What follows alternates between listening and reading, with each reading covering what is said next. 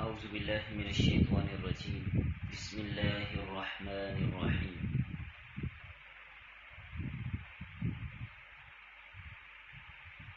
آیت نمبر 27 وَاتْلُ عَلَيْهِمْ، اے نبی صلی اللہ علیہ وسلم آپ پڑھیے ان کے سامنے، اور پڑھیے آپ ان کے سامنے نبأ خبر ابنی آدم علیہ السلام کے دو بیٹوں کی، آدم علیہ السلام کے دو بیٹوں کی خبر آپ ان لوگوں کے سامنے پڑھیے، بالحق جو بالکل سچی ہے، اذ قربا جب دونوں نے قربانی دی، قربانی کرنا، فتقبل پس قبول کر لی گئی، من احدہم ان میں سے ایک کی، جب ان دونوں نے قربانی پیش کی تو ان دونوں میں سے ایک کی قربانی قبول کر لی گئی، ولم یتقبل اور نہ قبول کی گئی من الآخر دوسرے سے، قال اس نے کہا لأقتلنک البتہ ضرور میں تجھے قتل کروں گا، قال کہا پہلے نے انما یتقبل اللہ پکی بات ہے اللہ قبول کرتا ہے من المتقین پرہیزگاروں کی قربانی کو، لئن بسطت الی یدک لئن بسطت مانا پھیلانا بڑھانا، اگر تو بڑھائے گا میری طرف اپنا ہاتھ، یدا کا اپنا ہاتھ، ید ہاتھ، لتقتلنی تاکہ تو مجھے قتل کرے، میرے قتل کے لیے اگر تو ہاتھ بڑھائے گا میری طرف، ما انا میں نہیں ہوں، بباسط ہاتھ بڑھانے والا، میں نہیں ہاتھ بڑھاؤں گا، میں آگے سے نہیں تجھے قتل کروں گا،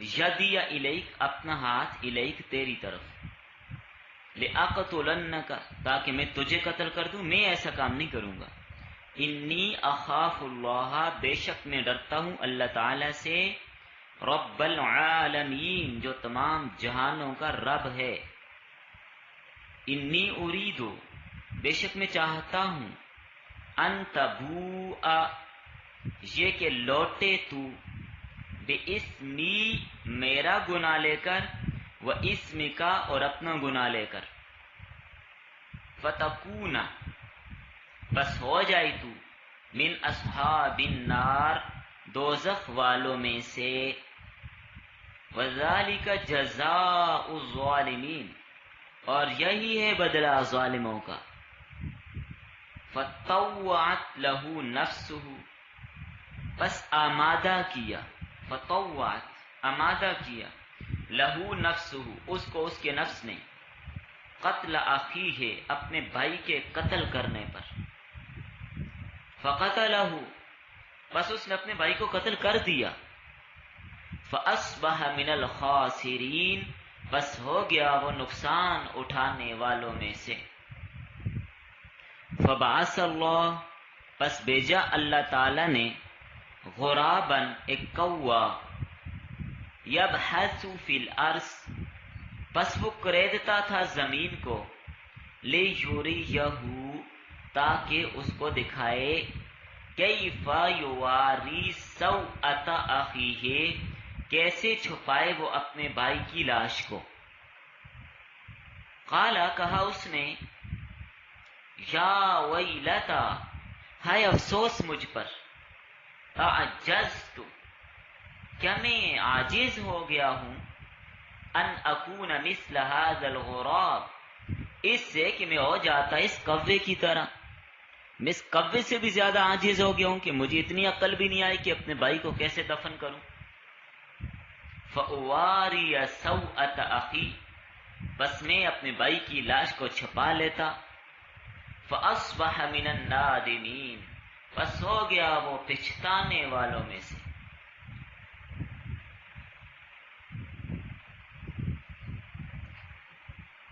آج کے درس میں سورۃ المائدہ کی آیت نمبر 27، 28، 29، 30 اور 31 یہ آیات آپ نے پڑھی ہیں۔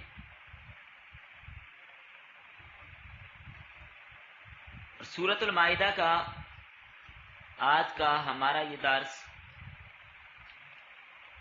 درس نمبر 14 ہے۔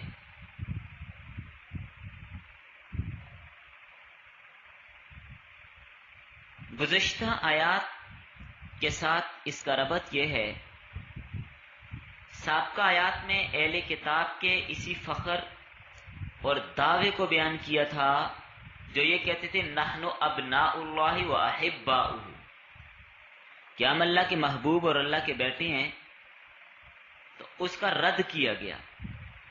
اب آگے حابیل اور قابیل کا آدم علیہ السلام کے 2 بیٹوں کا واقعہ بیان کیا جا رہا ہے کہ یہ دونوں حضرت آدم کے کیا لگتے تھے؟ بیٹے لگتے تھے۔ ایک مقبول ہوا، ایک مردود ہوا نافرمانی کر کے۔ جس نے اطاعت کی وہ کامیاب ہوا، جس نے نافرمانی کی وہ نامراد ہوا۔ بتایا گیا کہ اسے آدم علیہ السلام کے ساتھ نسبت کچھ کام نہ آئی، اگرچہ آدم علیہ السلام اس کے باپ ہیں، یہ آدم کا بیٹا ہے، ان کا خون ہے، لیکن یہ بات کچھ کام نہ آئی۔ کام آتا ہے ایمان۔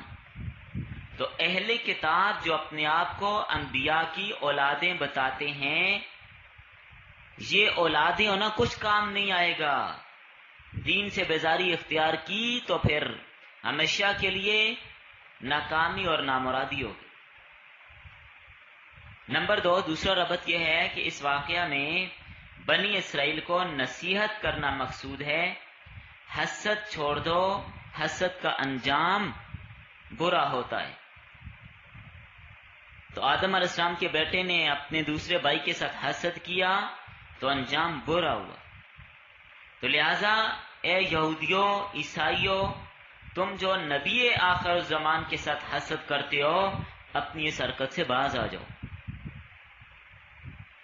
واقعے کا خلاصہ اپنے پاس لکھیے۔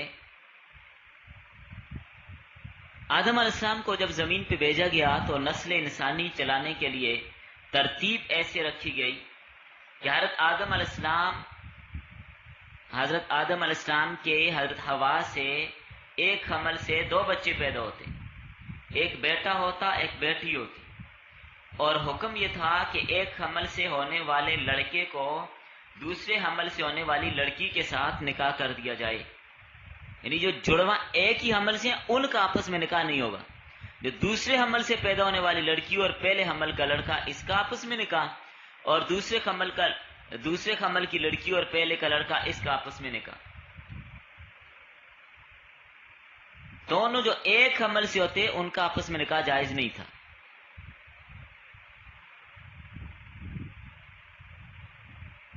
تو پہلے حمل میں قابیل اور اس کی بہن اقلیمہ پیدا ہوئے، دوسرے حمل سے حابیل اور اس کی بہن البودا پیدا ہوئے۔ اتفاق سے قابیل کے ساتھ پیدا ہونے والی لڑکی اقلیمہ حسن و جمال والی تھی، خوبصورت زیادہ تھی، اور حابیل کے ساتھ پیدا ہونے والی کا حسن ذرا کم تھا۔ دستور اور اصول کے مطابق حضرت آدم علیہ السلام نے قابیل کا نکاح حابیل کے ساتھ پیدا ہونے والی لڑکی البودا کے ساتھ، اور قابیل کے ساتھ پیدا ہونے والی لڑکی اقلیمہ کا نکاح حابیل کے ساتھ کرنے کا ارادہ کیا، لیکن قابیل راضی نہ ہوا۔ اس نے کہا میں اپنی بہن سے نکاح خود کروں گا۔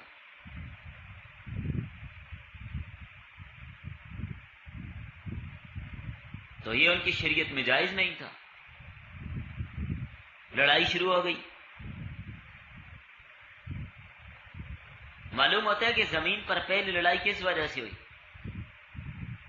عورت کی وجہ سے۔ تو 3 ہی چیزیں ہیں بنیادی جن کی وجہ سے لوگ آپس میں لڑتے جھگڑتے ہیں: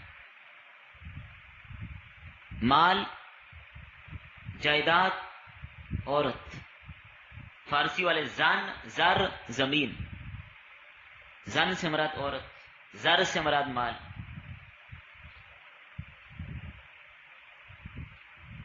تو حضرت آدم علیہ السلام نے اس کو سمجھایا لیکن اس کی سمجھ میں بات نہ آئی.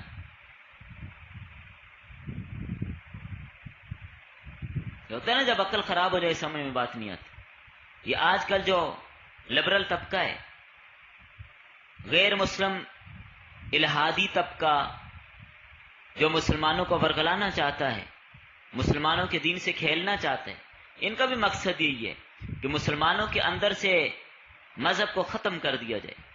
یہ جب افغانستان میں قدیم بات ہے، پہلے کی 60-70 سال پیچھے چلے جائیں، یہ جو ظاہر شاہ کی حکومت تھی غالباً، تو اس زمانے میں روس بڑے عروج پہ تھا. تو انہوں نے کہا کہ آپ اپنے بچوں کو ہمارے پاس بھیجیں، روس میں فری تعلیم دیں گے، فری ویزا دیں گے، فری ویزا دیں گے.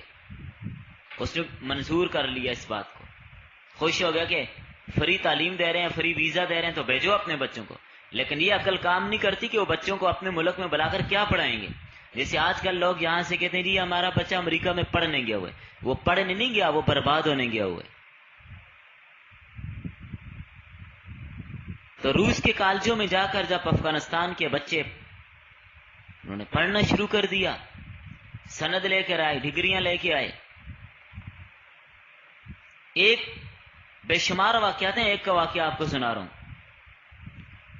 ان میں سے ایک نے اپنے باپ سے، جب باپ نے کہا کہ تو فارغ ہو کے آ گیا، چلو تمہاری شادی کروا دیتے ہیں، رشتہ ڈھونڈنا ہے. اس نے کہا جی رشتہ ڈھونڈنے کی کیا ضرورت، گھر میں بہن موجود جو ہے، میں اسی کے ساتھ نکاح کروں گا. باپ نے بڑا سمجھایا. اس نے کہا نہیں، میں پڑھ کے آئی ہوں، ڈگری ڈپلوما میرے پاس ہے، آپ ان پڑھ ہیں. اسی وہ اگر باہر سے آپ لائیں گے وہ لڑکی ہوگی، تو گھر میں جو بہن ہے یہ کیا ہے، یہ بھی تو لڑکی ہے. تو بہرحال جب باہر کے ممالک میں اگر بچوں کو بھیجیں گے، یہ اعلیٰ تعلیم، وہ اعلیٰ تعلیم نہیں ہے، وہ کالی تعلیم ہے، وہ برباد کرنے والی تعلیم ہے، وہ نسل کو برباد کرنے والی ہے تعلیم نہیں ہے. وہ انسان کو انسان رہنے نہیں دینا چاہتے، مسلمان کو مسلمان رہنے نہیں دینا چاہتے. وہ آپ کو بندوق سے نہیں مارتے، وہ آپ کے دلوں پر محنت کر کے آپ کے اندر سے اسلام کو کھینچ رہے ہیں. اب جب ایسا ہو گیا تو اب لبرل طبقہ ان کے ہاتھوں میں گھومتے ہیں، جدھر گھمائیں گیند کی طرح، ان کی مرضی ہے. یہی حالات ہیں. تو بہرحال حضرت آدم علیہ السلام نے بڑا سمجھایا، اس کی سمجھ میں بات نہ آئی. تو حجت تام کرنے کے لیے فیصلہ یہ کیا کہ تم دونوں اللہ کے لیے قربانی پیش کرو. جس کی قربانی قبول ہو جائے گی، اکلیمہ کی شادی اس کے ساتھ ہو جائے گی. دونوں نے قربانی پیش کی. حابیل یہ غلہ بانی کرتا تھا، تو اس نے ایک بڑا عمدہ فربا دمبا لایا اور اس کو پہاڑ کے اوپر لا کر رکھ دیا. اور جو قابیل تھا، قابیل قاف کے ساتھ کھیتی باڑی کرتا تھا، اس نے کچھ غلہ لایا، وہ بھی گھاٹی اور ردی قسم کا لا کر رکھا. اب انتظار میں حضرت آدم حضرت حوا کہ چلو بھائی کس کی قربانی قبول ہوتی ہے دیکھتے ہیں. آسمان سے آگ آئی، حابیل کی قربانی کو جلا دیا، قابیل کی قربانی ویسے ہی رہی. اس زمانے میں قبول اور عدم قبول کی علامت یہ ہوتی تھی کہ جس کی قربانی کو آگ آ کر کھا جائے، جلا جائے، اس کی قربانی قبول ہو جاتی. جس کی قربانی کو جلایا نہیں جاتا اس کی قبول نہیں ہوتی تھی. ہمارے لیے تو سہولیات ہے نا، ہمیں خود کھانے کو کم قربانی کرو اور کھاؤ. تو حابیل نے جب قربان گاہ میں اپنی قربانی رکھی تو آسمان سے آگ آئی اور اس کو جلا دیا، لیکن قابیل کی قربانی ویسے کی ویسی پڑی. حالانکہ آپ کو پتہ ہے بکرے دمبے کو جلدی آگ لگتی ہے یا غلہ خوشوں کے اندر غلہ ہو اس کو آگ جلدی لگتی ہے، اور وہ بھی خشک. لیکن قابیل کی قربانی کے پاس آگ نہ آئی. تو قابیل کے دل میں حسد پیدا ہو گیا کہ ایک تو میری بات نہیں مانی جا رہی کہ اقلیمہ کے ساتھ میری شادی نہیں کر رہے، اور دوسرا مجھے بدنامی بھی اٹھانی پڑی. اس نے اپنے بھائی سے کہا میں تجھے قتل کروں گا. وہ سارا واقعہ ترجمہ آپ نے پڑھ لیا. اس نے کہا تو اگر قتل کرتا ہے تیری مرضی ہے، میں تو نہیں کروں گا، میں آگے سے جوابی کارروائی کوئی نہیں کرتا، تیرا جو جی چاہے کر، جو تیرا جی چاہے کر. اور اس نے یہ بھی کہا کہ اللہ تعالیٰ متقی لوگوں سے قبول کرتے. تو بہرحال جب اس نے قتل کر دیا، لاش کو چھپانے کا طریقہ نہ آیا کہ اس کے ساتھ کیا کیا جائے، تو اس کا تذکرہ بھی آیت میں موجود ہے کہ اللہ نے کوے کو بھیجا، اس نے آ کر اس کو دفنانے کا طریقہ سکھا دیا۔ تو آیات کے مفہوم میں آ جائیے۔ فرمایا اے نبی صلی اللہ علیہ وسلم، آپ ان کے سامنے آدم علیہ السلام کے 2 بیٹوں کا صحیح سے واقعہ پڑھ کر سنا دیجیے۔ جب دونوں نے اللہ کے لیے کچھ قربانی پیش کی، ایک کی طرف سے قبول ہو گئی، دوسری کی طرف سے قبول نہ ہوئی، تو قابیل کو غصہ آیا۔ یہ ترجمہ آپ نے پڑھ لیا، وہی بتا رہا ہوں دوبارہ، اور کہنے لگا میں ضرور تجھے قتل کر ڈالوں گا۔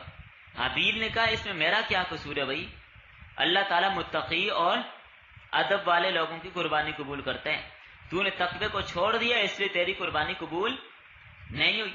اگر تو قتل کے لیے ہاتھ بڑھائے گا تو میں تجھے قتل نہیں کروں گا، میں نہیں ہاتھ بڑھاؤں گا۔ اگرچہ اپنی جان بچانے کے لیے دفاع کرنا تو جائز ہے نا، لیکن حابیل نے کوئی مقابلہ نہیں کیا۔ اور یہ بھی ہے کہ حابیل قابیل سے زیادہ طاقتور تھا قابیل سے، لیکن مقابلہ نہیں کیا اپنے بھائی کا، صبر کیا اور عزیمت پہ عمل کیا۔ فرمایا بے شک میں اللہ تعالیٰ سے ڈرتا ہوں۔ یہ اس لیے فرمایا کہ قتل نہ کرنے اور ہاتھ نہ اٹھانے کی علت بیان کی کہ قتل بہت بڑا جرم ہے، میں اللہ سے ڈرتا ہوں۔ اللہ تعالیٰ مجھ سے پوچھ نہ لے کہ تو نے اپنی جان بچانے کے لیے جلدی کیوں کی، کیوں مار ڈالا اسے۔ اور شاید حابیل نے یہ بھی سوچا ہو کہ قتل کا طریقہ میرے ہاتھ سے رائج نہ ہو جائے اور ہمیشہ کے لیے سزا کا مستحق نہ ٹھہروں، اسی وجہ سے حابیل نے کوئی کارروائی نہیں کی۔ حضرت عثمان غنی رضی اللہ تعالیٰ عنہ، پورا واقعہ آپ کو پچھلی جمعرات کو سنایا تھا زور کے بعد بیان میں۔ حضرت عثمان غنی رضی اللہ تعالیٰ عنہ جب باغیوں کے مقابلے کا وقت آیا تو صحابہ نے کہا بھی کہ اے امیر المؤمنین ہمیں اجازت دیجئے، ان باغیوں کے ساتھ ہم لڑائی کریں، ان کو بھگا دیں یہاں سے، چونکہ غیر ملکی تھے، مصر سے آئے ہوئے تھے، مدینہ کے تھوڑے ہی تھے۔ لیکن حضرت عثمان نے فرمایا نہیں، میں اپنی وجہ سے مدینہ کے اندر خون بہانا نہیں چاہتا، میں اس کی ابتدا نہیں کرنا چاہتا، ورنہ صحابہ بار بار اصرار کرتے تھے کہ ہمیں اجازت دیجیے، ہم ان کی عقل اور ان کے تکبر کو خاک میں ملاتے ہیں۔ اس لیے ایوب سختیانی رحمۃ اللہ علیہ نے لکھا ہے کہ امت محمدیہ میں اس آیت پہ عمل کرنے والا پہلا شخص عثمان غنی رضی اللہ تعالیٰ عنہ ہے، اسی آیت پہ کہ میں آگے سے کوئی کارروائی نہیں کروں گا۔ بلکہ بعض روایات میں آتا ہے کہ نبی صلی اللہ علیہ وسلم نے پہلے ہی حضرت عثمان کو خبر دی تھی اور وصیت فرمائی تھی کہ آدم علیہ السلام کے بیٹے کی طرح ہو جانا، اور یہ آیت تلاوت فرمائی لئن بسطت الی یدک لتقتلنی ما انا بباسط، کہ اگر تو مجھے قتل کرنے کے لیے ہاتھ بڑھائے گا تو میں نہیں ہاتھ بڑھاتا۔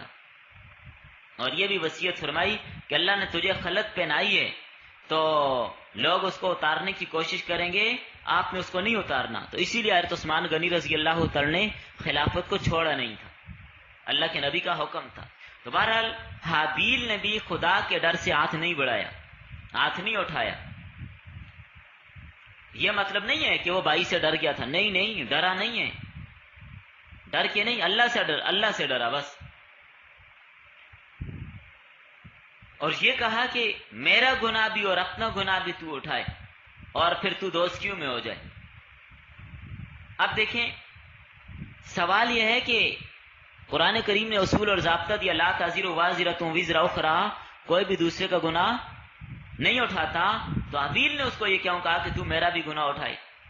تو اس کا مطلب یہ ہے کہ قیامت کے دن مظلوم کا گناہ قاتل پر بھی ڈالا جائے گا، ایک۔ نمبر 2، یا یہ مطلب ہے کہ اپنے دوسرے گناہوں کے ساتھ ساتھ میرے قتل اور خون ناحق کا گناہ بھی تو ہی اٹھائے۔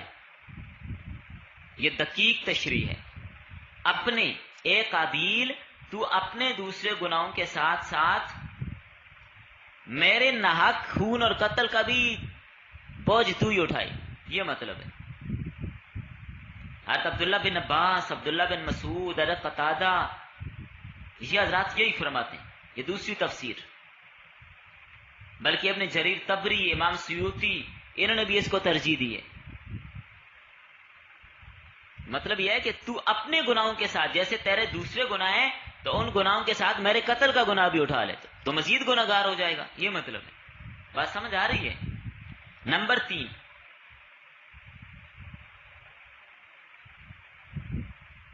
تیسرا جواب یہ ہے کہ جو اس نے کہا بیسمی ویس میں کہا میرا گناہ بھی اٹھائے اپنا بھی اٹھائے، اس کا مطلب یہ ہے کہ سارے گناہ مراد نہیں ہے کہ حابیل کے سارے گناہ قابیل اٹھائے، نہیں، بلکہ صرف قتل کا گناہ مراد ہے۔ محدث کبیر حضرت اقدس حضرت مولانا سید علامہ انور شاہ الکشمیری، بہت بڑے محقق عالم گزرے ہیں، اللہ نے غضب کا حافظہ دیا تھا، کئی جلدوں کی کتاب ایک بار پڑھ لیتے تو دوبارہ پڑھنے کی ضرورت نہیں ہوتی، زبانی سناتے تھے، ایسا حافظہ تھا اس شخص کا، بہت عظیم شخصیت گزرے ہیں۔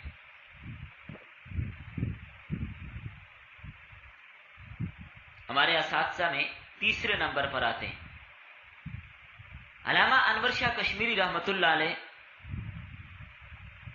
حضرت فرماتے ہیں کہ تلوار گناہوں کو مٹاتی ہے، جیسے کہ حدیث میں ہے شہید کے تمام گناہ کیا ہو جاتے ہیں؟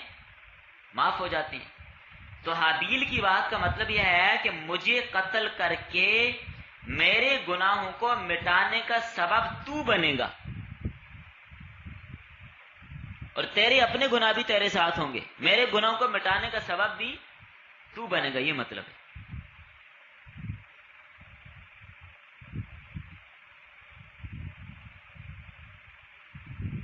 یہ علامہ انور شاہ کشمیری رحمۃ اللہ علیہ حضرت مولانا سید یوسف بنوری رحمۃ اللہ علیہ کے استاد تھے، اور ان کے شاگردوں میں ہزاروں کی تعداد میں بڑے بڑے اکابرین گزرے ہیں۔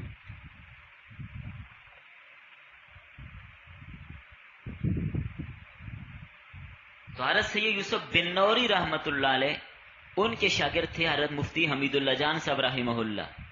تو ہم نے پڑھا ہے مفتی حمید اللہ جان صاحب سے، تو تیسری لڑی میں حضرت انور شاہ کشمیری رحمۃ اللہ علیہ ہمارے استادی سلسلے میں آ رہے ہیں۔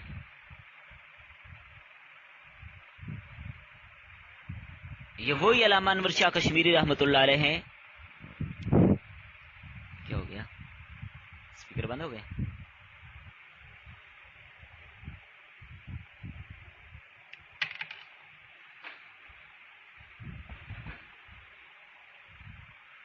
مقدمہ بہاولپور کبھی تفصیل سے اس پر بات کریں گے۔ یہاں سے جب لکھا تھا انگریز دور میں تو حضرت ہندوستان سے یہاں پر پہنچے تھے اور آ کر یہ مقدمہ لڑا تھا۔ وہ ایک مسلمان خاتون کا مسئلہ تھا جس کا نکاح مرزائی کے ساتھ ہو گیا تھا، تو حضرت نے وہ مقدمہ لڑا تھا۔ تو بہرحال قابیل نے دین اور دنیا دونوں کا خسارہ اٹھایا، والدین بھی ناراض ہوئے، بھائی کے بغیر رہ گیا، قیامت تک کے لیے بدنام ہوا، آخرت میں عذاب خداوندی کا مستحق بنا۔ مشہور ہے نا، جس کا بھائی نہیں ہے تو اس کا بازو نہیں ہے، اپنا بھائی بھی اپنے ہاتھ سے گمایا، قتل کا بانی بنا، ظلم کا بانی بنا، قطع رحمی کا بانی بنا۔ بلکہ حدیث کا مفہوم ہے دنیا میں کوئی بھی ظلمن قتل ہوتا ہے تو آدم علیہ السلام کے بیٹے قابیل پہ اس کے خون کا حصہ ہوتا ہے، کیونکہ ابتدا اس نے کیے۔ جو نیک کام کی ابتدا کرے گا تو اس کا اجر اس تک پہنچتا رہے گا، اور جو برے کام کی ابتدا کرے گا تو اس کا وبال بھی اسے ہوتا رہے گا۔ آگے تدفین کا طریقہ بتایا، چونکہ یہ پہلا مقتول تھا، اب اسے کس طرح چھپائے، کیا کرے، یہ معلوم نہیں تھا۔ یہ بھی لکھا ہے کہ عرصہ تک اس کی لاش کو قابیل، قاتل قابیل ہے، حابیل مقتول ہے، تو عرصے تک اس کی لاش کو اپنی کمر پہ لاد کر پھرتا رہا، چونکہ روئے زمین پر پہلی موت تھی، پتہ نہیں تھا کیا کرنا ہے میں نے اسے۔ اللہ تعالیٰ نے 2 کوے بھیجے، دونوں آپس میں لڑے، ایک نے دوسرے کو قتل کیا، پھر قاتل کوے نے اپنی چونچ اور پنجوں سے زمین کھریدی اور ایک گڑھا سا بنایا اور مقتول کوے کو وہاں دفن کر کے اوپر مٹی ڈال دی۔ کوے نے یہ طریقہ بتایا تو قابیل سخت شرمندہ ہوا کہ مجھ سے اتنا بھی نہ ہو سکا کہ اس کوے جیسا ہی ہو جاتا، اتنی عقل بھی میرے اندر نہیں۔ یاد رکھیں یہ جو آیت کے آخر میں آپ نے پڑھا نا فَأَصْبَحَ مِنَ النَّادِمِينَ، شرمندہ ہوا، ندامت والوں میں سے ہوا. یہ ندامت اس کو کس بات کی ہوئی ہے؟ یہ ندامت اس اپنی حرکت پہ ہوئی ہے کہ مجھے دفن کا طریقہ بھی نہیں آتا، ورنہ اس وجہ سے پشمانی نہیں ہوئی کہ اللہ کا خوف اور ڈر اس کے دل میں آ گیا اور توبہ کیو. نہیں، ایسی بات نہیں ہے. اسی لیے اب سوال یہ ہے کہ قابیل کافر تھا یا مسلمان تھا؟ مفسرین کے دو طبقے ہیں. ایک طبقہ کہتا ہے اور ان کا موقف یہ ہے کہ یہ کافر تھا، اور دوسرے گروہ کا موقف یہ ہے کہ کافر تو نہیں تھا، صرف جذبات میں آ کر یہ ساری کارروائی کر دی ہے. لیکن پہلے طبقے کی رائے زیادہ درست معلوم ہو رہی ہے. سمجھ آ رہی ہے بات؟ پہلے طبقے کی رائے زیادہ درست معلوم ہو رہی. کیوں؟ اللہ کے حکم کا انکار کیا، باپ نبی تھا، نبی کی نافرمانی کی، ایک حرام چیز کو اپنے لیے حلال سمجھ رہے، اپنی بہن کا نکاح اس کے ساتھ حرام تھا اس کو حلال سمجھ رہے، تو مسلمان کیسے رہا؟ آگے سمجھ.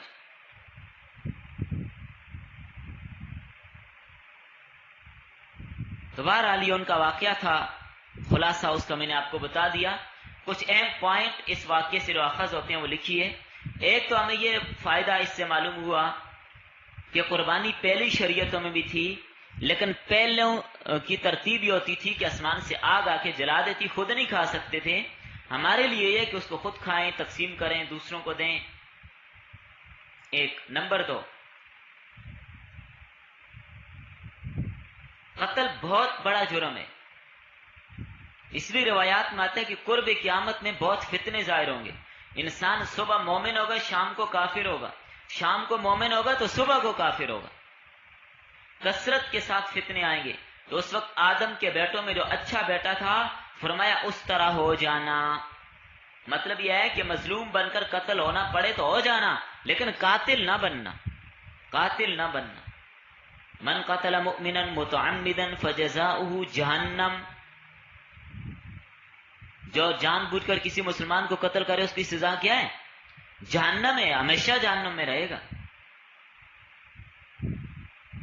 اور ایک فائدہ آپ اس سے یہ لکھیے کہ یہاں پر آپ نے یہ بات پڑھی کوے کا انتخاب کیا، تو کوے کا انتخاب کیوں کیا؟ بڑا معنی خیز ہے. یہ بڑی لمبی باتیں کوے کے حوالے سے پھر کبھی عرض کروں گا. ابھی اتنی بات سمجھ لیجئے، کوے کی یہ فطرت ہوتی ہے اگر کہیں پر کوئی کوہ مر جائے سارے کوے جمع ہو جاتے ہیں، بڑا نوحہ کرتے ہیں، شور مچاتے ہیں، ٹران ٹران ٹران، پورا محلہ سر پہ اٹھا لیتے، اتنا شور مچاتے ہیں. کبھی دیکھا ہوگا آپ نے، میں نے دیکھا ہے یہ ایسے ہی کرتے ہیں. جب تک اس کی لاش کو سنبھال نہ لیا جائے، کہیں ٹھکانے نہ لگا جائے، شور مچاتے رہتے ہیں، سارے جمع ہو جاتے ہیں. اور اس سے ایک فائدہ ہمیں یہ معلوم ہوا اس واقعہ سے کہ تدفین کا فطری طریقہ یہی ہے کہ اسے اہانت اور تذلیل سے بچایا جائے اور زمین میں اس کو ادب اور احترام سے دفن کیا جائے. اس لیے کہ اصول بھی ہے الم نجعل الارض کفاتا احیاء و امواتا. زمین مردوں کو بھی سنبھالتی ہے، زندوں کو بھی سنبھالتی ہے. باقی طریقے سب غیر فطری ہیں. جو مخلوق، جو طبقے اشرف المخلوقات انسان کو جلا دیتے ہیں، یہ انسان کی توہین کرتے ہیں. اور بعض لٹکا دیتے ہیں، لٹکا کے چھوڑ دیتے ہیں، چیلیں کب آئیں اور اس کو کھائیں اور ختم ہو جائے. یہ سب انسان کی توہین ہے. مسلمانوں کے یہاں بڑے پروٹوکول کے ساتھ مسلمان کی تدفین ہوتی ہے. اب یہاں پر ایک بات سمجھیے کہ اس نے قتل کس طرح کیا تھا، بندوق تلوار کس چیز کے ساتھ کیا؟ وہ تو تھی نہیں ابھی اس کے پاس. تو تفسیری روایات میں آتا ہے کہ حابیل سویا ہوا تھا کسی جگہ پر، اس نے موقع پا کر اوپر سے بڑا پتھر اس کے اوپر گرا دیا. اور ایک فائدہ یہاں سے یہ سمجھے کہ یہاں پر اس کے نفس نے اس کو ابارا. آپ نے پڑھا نفس نے اس کو ابارا، ترجمے میں آپ نے پڑھ لیا نا ابھی آپ نے.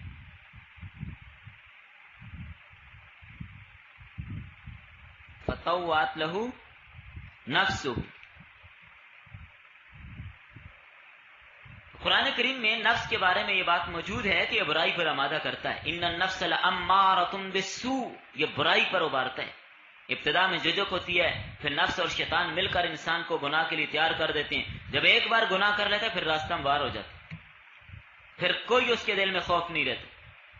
تو جب گناہ کرتے ہیں تو دل پہ سیاہ نقطہ لگ جاتے ہیں، پھر کرتے ہیں تو پھر اور سیاہ نقطہ لگ جاتے ہیں، یہاں تک کہ کلا بل ران علی قلوبہم ما کانوا یکسبون، سارا دل زنگ آلود سیاہ ہو جاتا ہے. اور حدیث میں یہ بھی آتا ہے کہ ہر مومن کے دل میں اللہ کی جانب سے اس کے پاس ایک واعظ ہوتا ہے، اس سے مراد انسان کا ضمیر ہے جو اس کو جھنجھوڑتا ہے، نصیحت کرتے ہیں. اور اس واقعہ سے ایک بات یہ بھی معلوم ہوئی کہ تمام مسلمانوں کو اور تمام دوسرے لوگوں کو قتل سے بچنے کی ترغیب دی ہے، خصوصاً یہود کو کہ اس کا بوجھ تمہارے اوپر بھی ہوگا اگر کسی کو قتل کرو گے. بنو نذیر اور بنو قریظہ کی لڑائیوں کی طرف بھی اشارہ ہے. اور ایک فائدہ یہاں پر وَاتْلُ عَلَيْهِمْ نَبَأَ ابْنَيْ آدم، اس سے ہمیں ایک بات معلوم ہوئی. اگر آپ کی توجہ اور ذوق سلامت ہو، بڑی اہم بات بتا رہا ہوں، وہ یہ ہے یہاں پر آپ نے پڑھا نا وَاتْلُ عَلَيْهِمْ نَبَأَ ابْنَيْ آدم بالحق، حق کے ساتھ. ایک اسی طرح نحن نقص علیک بالحق، ہم حق کے ساتھ سچائی کے ساتھ آپ کو یہ قصہ بیان کرنے لگے ہیں. ذالک عیسی ابن مریم قول الحق، تو جتنے بھی واقعات ان کے ساتھ حق کی قید کیوں لگائی؟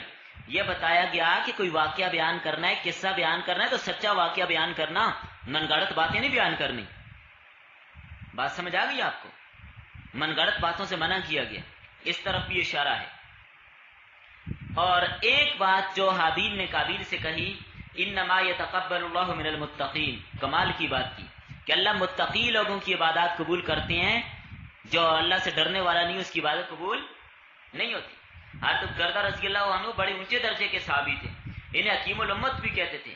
فرمانے لگے بخدا اگر مجھے یقین ہو جائے کہ میری 2 ہی رکعت نماز قبول ہو گئی ہے تو میرے لیے دنیا اور دنیا کے اندر جو کچھ ہو سب سے بہتر ہوگا. کیونکہ اس آیت کریمہ کی روح سے میں یہ سمجھوں گا کہ میں متقین کی صف میں شامل ہوں. کسی کو پتہ چل جائے کہ میں متقی کی صف میں شامل ہوں، تھوڑی بڑی بات ہے یہ.